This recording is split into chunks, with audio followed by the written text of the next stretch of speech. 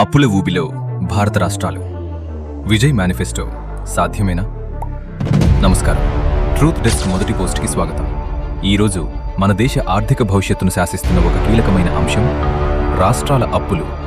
దేశంలోనే అత్యధిక అప్పులున్న టాప్ 5 రాష్ట్రాలు భారత ప్రభుత్వ ఆర్థిక శాఖ మరియు ఆర్బీఐ లెక్కల ప్రకారం దేశంలోనే అత్యధిక మొత్తం అప్పులు ఉన్న మొదటి 5 రాష్ట్రాలు ఇవే.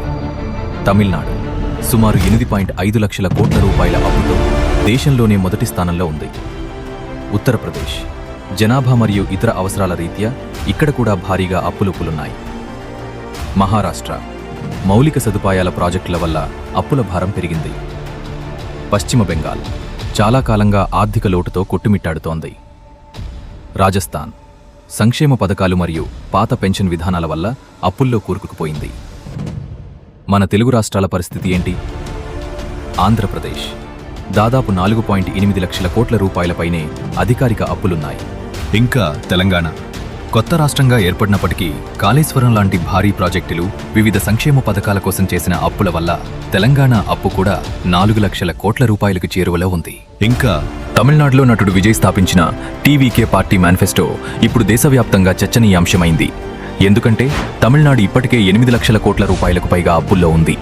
రాష్ట్ర ఆదాయం చాలా భాగం కేవలం ఆ అప్పుల వడ్డీలు కట్టడానికే సరిపోతోంది. విజయ్ తన మేనిఫెస్టోలో ఉచిత నాణ్యమైన విద్య, వైద్యం, మహిళలకు ప్రత్యేక ఆర్థిక సాయం వంటి బలమైన పథకాలను ప్రకటించారు. ఇప్పటికే అప్పులు ఊబిలో ఉన్న తమిళనాడులో ఈ పథకాలను అమలు చేయాలంటే మళ్లీ వేల కోట్ల రూపాయల అప్పులు చేయాలి, లేదా ప్రజలపై భారీగా పన్నులు వేయాలి. నెరవేరుతుందా లేదా?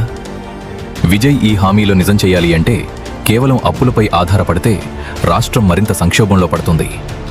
అవినీతిని పూర్తిగా అరికట్టి మద్యం ద్వారా కాకుండా కొత్త మార్గాల ద్వారా రాష్ట్ర ఆదాయాన్ని ఊహించని స్థాయిలో పెంచితేనే ఇది సాధ్యమవుతుంది.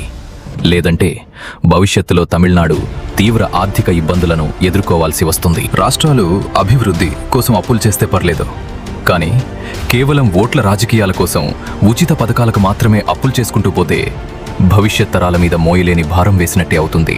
మీరేమంటారు? కింద కామెంట్స్లో తెలపండి.